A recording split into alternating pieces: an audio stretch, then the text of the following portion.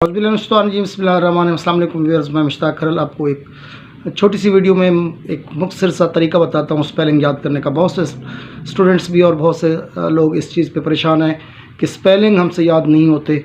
तो स्पेलिंग याद करने का आसान तरीका ये है कि जो बड़े वर्ड्स हैं उसको आप सांस उसकी तोड़ दें। मुराद ये है कि जहाँ उसका सिलेबल है उस लफ्ज़ पे तोड़ के उसको सेपरेटली जहन के अंदर प्रोनाउंस करेंगे तो आपको आसानी से याद हो जाएंगे। मैं आपको 2 मिसालें देता हूँ, इससे आपको आसानी से और स्पेलिंग याद करने में भी आसानी रहेगी।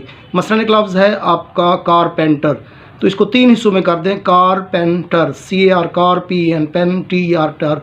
और इसी तरह सुपरिटेंडेंट के स्पेलिंग इस तरह याद नहीं होंगे अगर आप इसको अलहदा कर देंगे। Superintendent, SUPER super, INTEN ten और DENT डेंट। तो इस तरीके से आप लोगों को स्पेलिंग आसानी से याद हो जाएंगे। अगली वीडियोज़ में आपको स्पेलिंग याद करने के और तरीके बताएंगे। अपना और दोस्तों का बहुत ख्याल रखें।